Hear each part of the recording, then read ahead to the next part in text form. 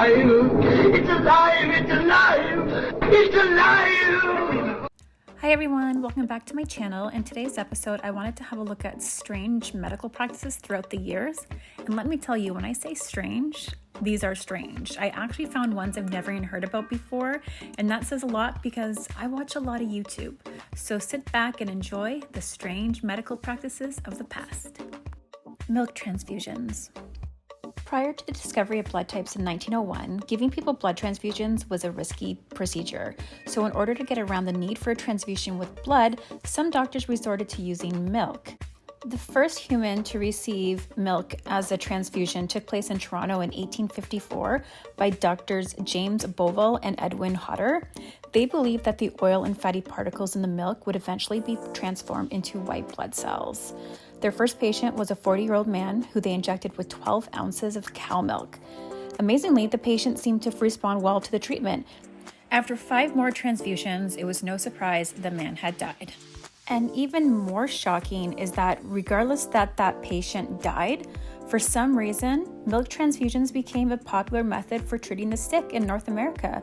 Thankfully, by 1884, scientists and doctors came to their senses and they realized that no, milk was not a good substitute for blood transfusions. So the practice went away. The whale cure. Suffering from rheumatism? Well, I got a cure for you. You can go sit inside a rotting whale for 30 hours, and that will help you. Back in the late 19th century, if you suffered from joint pain, your doctor might have prescribed a cutting-edge new treatment sitting inside a rotting whale carcass. The whale cure became popular in 1896 when a story about a man who suffered with joint pain decided to jump inside a whale carcass he saw on a beach. His friends refused to help him out of the dead whale. Instead, I'm sure they just sat there and laughed at him and pointed. But he was in there for 30 hours, and when he emerged, he came out with no more pain. This now became Eden, Australia's answer to the Turkish bath. They had something that was going to fix everything. So people did come and they would sit inside the whale, and what would happen is they would come out and apparently they'd be pain-free for 1 year.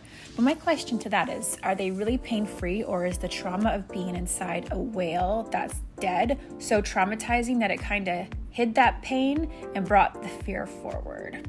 I'm not sure. Mummy medicine. In the quest to find better ways of curing the human body, healers throughout history had tried some bizarre, disturbing, and unethical means of dealing with diseases. This so-called miracle mummy powder was used as a blood thinner, a painkiller, a cough suppressant, an anti-inflammatory, a menstrual aid, a means of promoting wound healing.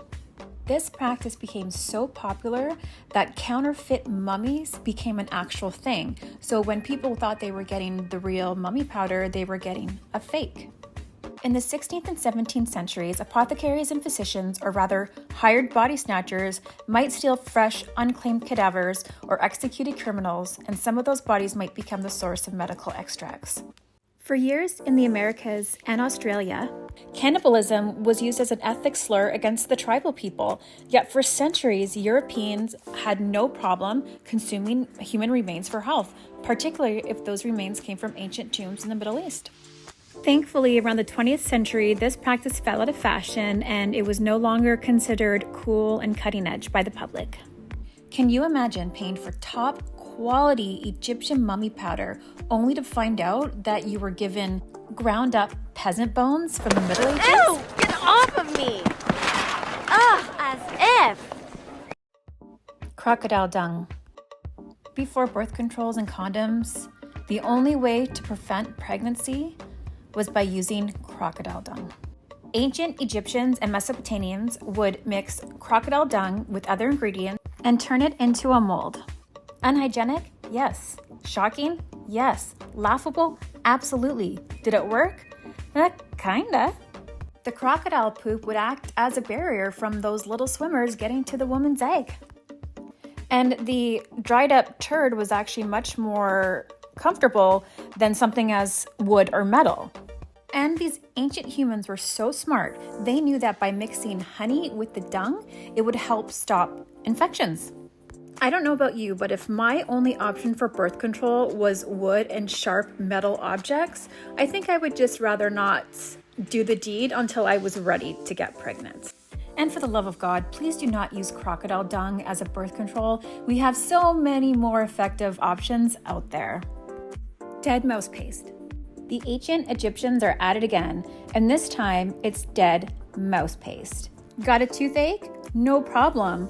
Let's take some mashed mouse and blend it with other ingredients, which will make a paste, and then we apply it to the painful spot. So basically, you are taking ground up mouse and putting it directly on your tooth and gums. Not grossed out yet? Don't worry, I've got more for you. The Egyptians weren't the only ones that loved using mice as medicine. In Elizabethan England, one remedy for warts was to cut a mouse in half and apply it to the infected spot. They also would use mice to treat whooping cough, measles, smallpox, and even bedwetting.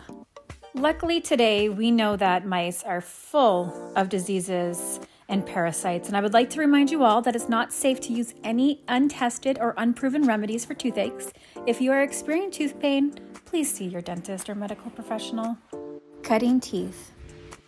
In the old days, infant mortality was sky high, and much of the time the reason for the death was completely not known. It seemed as though the babies were dying between the ages of 6 months and 2 years of age, which is basically around the time when they first started getting their teeth.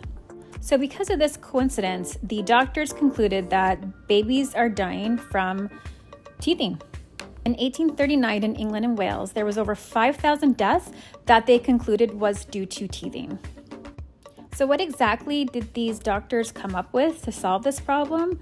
Well, they've developed a wide array of inventions, including bleeding, blistering, and placing leeches on the gums, and they even burned the back of the baby's head.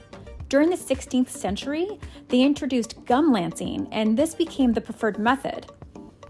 The physician Marshall Hall wrote that he would rather lance a child's gums 199 times unnecessarily than omit it once if necessary, and he instructed his students to do it before and during and after teeth appeared. Sadly, many children ended up dying after having this procedure done due to infections, and that number unfortunately is not known at this time. And shockingly, this procedure was done up until the late 1930s. A dentist textbook offered instructions for gum lancing on a teething child. Moldy bread. Is there anything better than sliced bread? Well, according to some there is, and that's moldy bread. Using moldy bread as a disinfectant dates all the way back to, yep, you guessed it, ancient Egypt. But what might sound crazy makes some sense. Moldy bread was believed to have antibiotic properties due to this penicillium mold. The ancient Egyptians used to apply the moldy bread directly to the affected area to promote healing and prevent infections. The mold in the bread were used as antiseptics to treat mouth ulcers and infections. So once again, the Egyptians were far ahead of their time because basically what they were using the moldy bread as was basically our version of penicillin. Sheep liver diagnosis. What exactly is a sheep liver diagnosis? Well, don't you worry, I'm here to tell you, and I've left the best for the last. So, when there was no blood tests or x-rays, how did the ancient healers diagnose illness, you ask? Well, in Mesopotamia, practitioners made judgments not by inspecting the patient, by examining the livers of a sacrificed sheep. So once the liver was taken out, they would inspect it, and looking at the lines and the growths that were on the liver, that would be their sign of what's wrong with you. Basically, it's written down by God. So basically, your life depended on whatever markings were on this sheep's liver and however they were read. Could you imagine going to the doctors thinking that you're having a heart attack, but then they do this liver test and the markings on the liver are telling them, no, there's an issue with your brain. So now the doctor is performing emergency brain surgery, and the whole time you're still having a heart attack. Natural remedies are still used and loved as of today, and they're just not as weird as the ones that used to be in the past. I'm just so glad that we've come so far in modern medicine that my life is not dependent on what markings a sheep's liver has.